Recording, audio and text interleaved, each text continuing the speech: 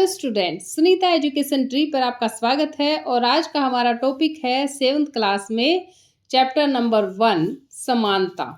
सामाजिक और राजनीतिक जीवन का चैप्टर फर्स्ट है ये हमारा। समानता का अर्थ क्या है कि बिना किसी भेदभाव के सबके साथ एक जैसा व्यवहार करना, सबको उन्नति के लिए एक जैसे ही अवसर मिलना।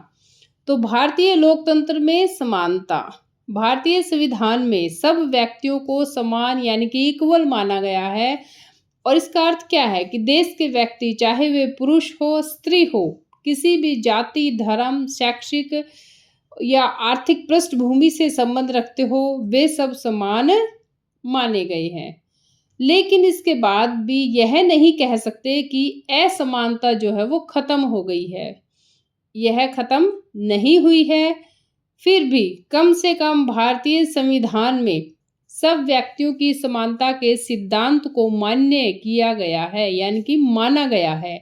जहां पहले भेदभाव और दुर्व्यवहार यानी कि बुरे व्यवहार से लोगों की रक्षा करने के लिए कोई कानून नहीं था, अब जो है अनेक कानून लोगों के सम्मान और उनकी साथ समानता के व्यवहार को सुनिश्चित करने के लिए मौजूद है। यानी कि संविधान में कहा गया है और उसी के बाद से अनेक कानून जो है लोगों के लिए बन गए हैं, सबको समान न्याय दिलाने के लिए। समानता को स्थापित करने के लिए संविधान में जो प्रावधान है, तो उनमें प्रथम कौन सा है, यानी कि पहला है कि कानून की दृष्टि में हर व्यक्ति समान है।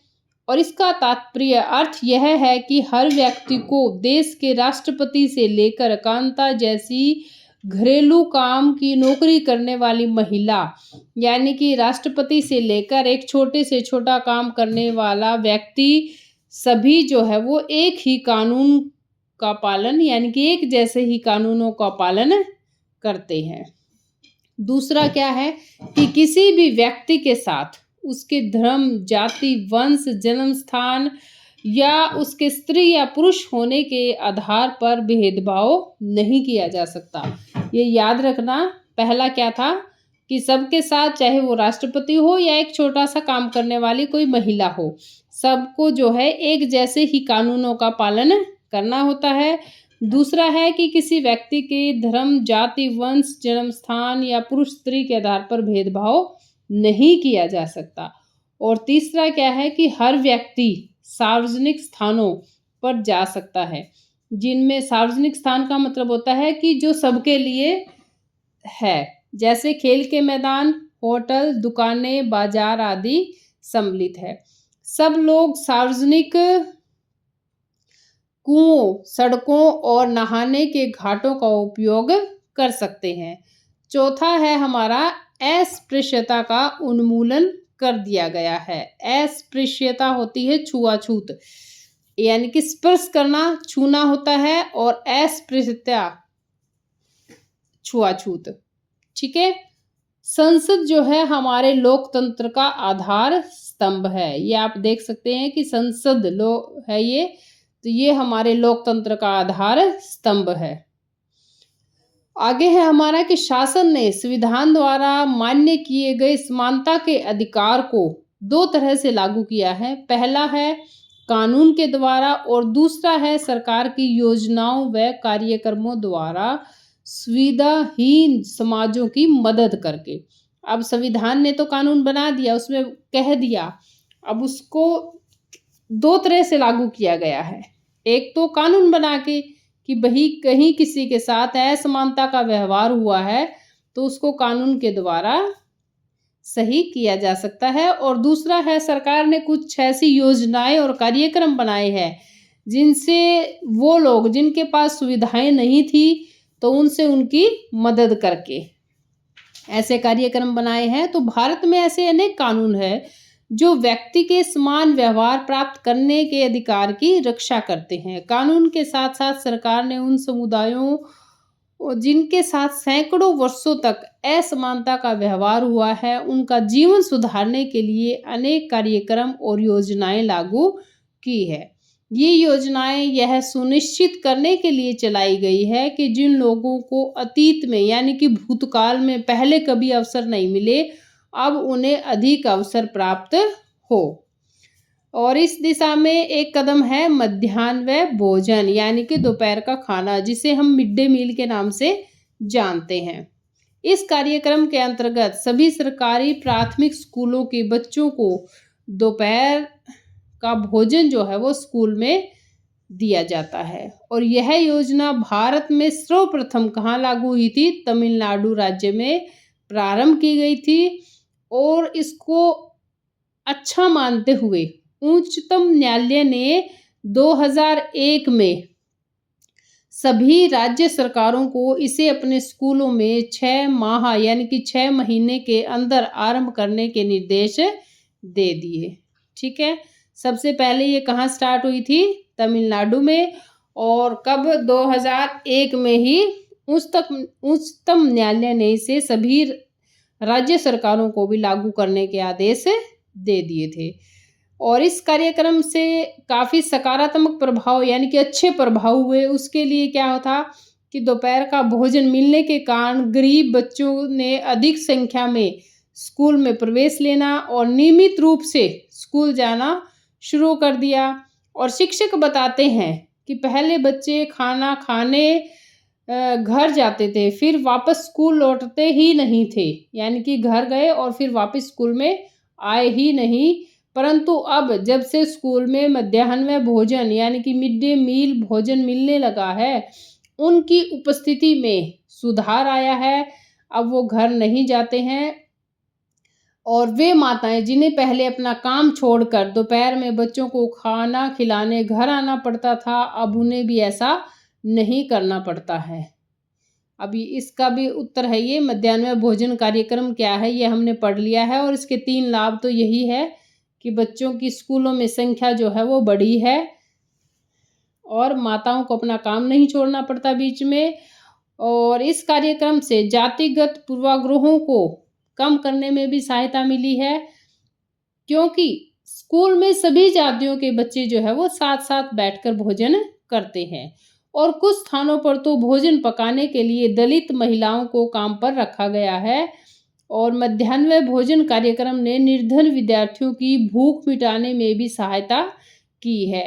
जो प्राय यानी कि ज़्यादातर जो बच्चे खाली पेट स्कूल आते हैं और इस कारण पढ़ाई पर ध्यान केंद्रित नहीं कर पाते हैं, तो वो बच्चे वहीं पर खाना खा के अपनी पढ़ाई को सुचारू रूप से चला पाते हैं। यद्यपि शासकीय कार्यक्रम अवसरों की समानता बढ़ाने में महत्वपूर्ण भूमिका निभा रहे हैं, किंतु अभी भी बहुत कुछ करने की आवश्यकता है। मध्याह्न भोजन कार्यक्रम ने निर्धन बच्चों का स्कूलों में प्रवेश, उनकी उपस्थिति तो बढ़ा दी है, लेकिन फिर भी इस देश में वे स्कूल जहां अमीरों के बच्चे जाते हैं, उन स्कूलों से बहुत अलग है जहां गरीबों के बच्चे पढ़ते हैं। आज भी देश में कई स्कूल हैं जिनमें ओम प्रकाश वाल्मीकि जैसे दलित बच्चों के साथ भेदभाव और असमानता का व्यवहार किया जाता है। ओम प्रकाश वाल्मीकि जो थे, जब छोटे थे तब उनके साथ असमानता का व्यवहार हुआ था।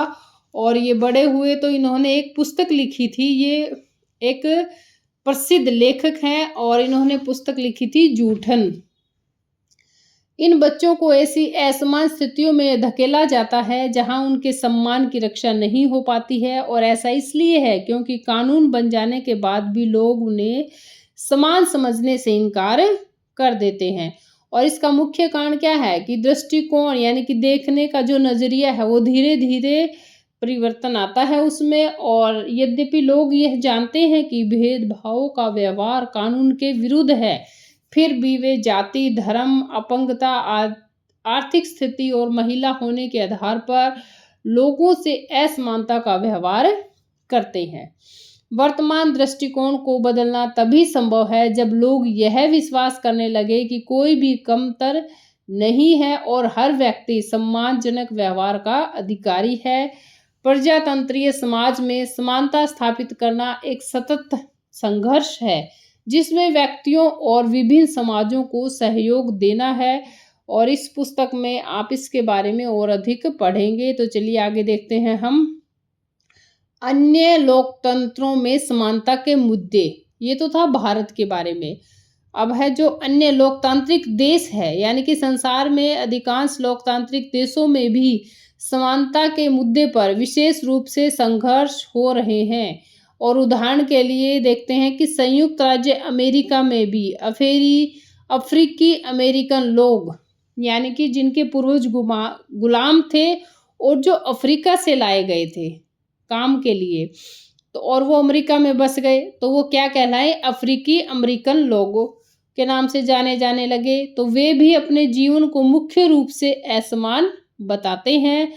और 1950 के अंतिम दशक में अफ्रीकी अमेरिकनों को समान अधिकार दिलाने के लिए आंदोलन हुआ था। कब हुआ था? 1950, यानी कि 1950 में। इससे पहले अफ्रीकी अमेरिकनों के साथ संयुक्त राज्य में बहुत असमानता का व्यवहार होता था और कानून भी उन्हें समान नहीं मानता था। उदाहरण के लिए बस से यात्रा करते समय उन्हें बस में पीछे बैठना पड़ता था और जब कोई गोरा आदमी बैठना चाहे तो उन्हें अपनी सीट से उठना भी पड़ता था। और ऐसी ही एक घटना हुई 1913 से 2005। ये थी रोजा पार्क्स, एक अफ्रीकी अमेरिकन महिला थी जो कि 1 दिसंबर 1955 को दिन भर काम करने के बाद थक हार कर जब वो अपने घर वापस जा रही थी बस में, तो उन्होंने अपनी सीट जो है गोरे व्यक्ति को देने से मना कर दिया था। उस दिन उसके इनकार करने से, यानी कि मना करने से अफ्रीकी अमेरिकनों के साथ असमानता को लेकर एक विशाल आंदोलन आरंभ हो गया, जो कि नागरिक अधिकार आंदोलन यानी कि सिविल राइट्स मूवमेंट कहलाया। और इसके परिणाम स्वरूप 1964 में नागरिक अधिकार अधिनियम ने नस्ल, धर्म और राष्ट्रीय मूल के आधार पर भेदभाव का निषेध कर दिया, यानी कि कोई भेदभाव नहीं होगा। इसने यह भी कहा कि अफ्रीकी अमेरिकन बच्चों के लिए सब स्कूलों के दरवाजे खोले जाएंगे और उन्हें अलग स्कूलों में नहीं जाना पड़ेगा जो विशेष रूप से उन्हीं के लिए खोले गए थे। इतना होने के बावजूद भी अधिकांश अफ्रीकी अमेरिकन गरीब हैं। अधिकतर अफ्रीकी अमेरिकन बच्चे केवल ऐसे सरकारी स्कूलों में प्रवेश लेने को ही सामर्थ्य रखते हैं जहां कम सुविधाएं हैं, कम योग्यता वाले शिक्षक हैं, जबकि गोरे विद्यार्थी निजी स्कूलों में जाते हैं या उन क्षेत्रों में रहते हैं जहां सरकारी स्कूलों का स्तर जो है निजी स्कूलों जैसा ही ऊंचा है। अब है ये इम्पोर्टेंट है बहुत ज़्यादा कि भारतीय के संविधान के अनुच्छेद 15 के कुछ अंश हैं। धर्म, मूल, वंश, जाति, लिंग, जन्म स्थान के आधार पर विभेद का प्रतिषेध, यानी कि किसी के साथ भेदभाव नहीं होगा। राज्य किसी नागरिक के विरुद्ध केवल धर्म, मूल, वंश, जाति, लिंग, जन्म स्थान या इनमें से किसी के आधार पर भेदभाव नहीं करेगा। कोई नागरिक केवल धर्म, मूल, वंश, जाति, लिंग, जन्म स्थान या इनमें से किसी के आधार पर दुकानों, सार्वजनिक भोजनालयों, होटलों और सार्वजनिक मनोरंजन के स्थानों में प्रवेश या पूर्णतः भागतः राज्य निधि से पोषित या साधारण जनता के प्रयोग के लिए समर्पित कुओं, तालाबों, स्नान घाटों, सड़कों और सार्वजनिक समागम के स्थानों के उपयोग के संबंध में किसी भी निर्योग्यता, दायित्व, निर्बंधन या शर्त के अधीन नहीं होगा। यानी कि कुल मिलाकर रिजल्ट ये है कि किसी भी व्यक्ति के साथ किसी भी तरह का भेदभाव नहीं किया जाएगा। फिर है लोकतंत्र की चुनौती। किसी भी देश को पूरी तरह से लोकतंत्रीय नहीं कहा जा सकता। हमेशा ही ऐसे समुदाय और व्यक्ति होते हैं जो लोकतंत्र को नए अर्थ देते हैं और अधिक से अधिक समानता लाने के लिए नए नए सवाल उठाते हैं। इसके केंद्र में वह संघर्ष है, क्रांति है, जो सब व्यक्तियों को समानता और सम्मान दिलाने की पक्षधर है। इस पुस्तक में हम पढ़ेंगे कि किस तरह समानता का प्रश्न जो है भारतीय लोकतंत्र में हमारे दैनिक जीवन के विभिन्न पहलुओं को प्रभावित करता है। और आगे के पाठों को पढ़ते हुए विचार करेंगे कि क्या सब व्यक्तियों की समानता और उनके आत्मसम्मान को ऊंचा रखने की भावना को लोग स्वीकार कर रहे हैं या नहीं। अब है इसके क्वेश्चन आंसर, ये हम नेक्स्ट वीडियो में करेंगे। छोटे भी बड़े भी सभी क्वेश्चन, यहाँ सिर्फ हम चैप्टर एक्सप्लेन किया है हमने,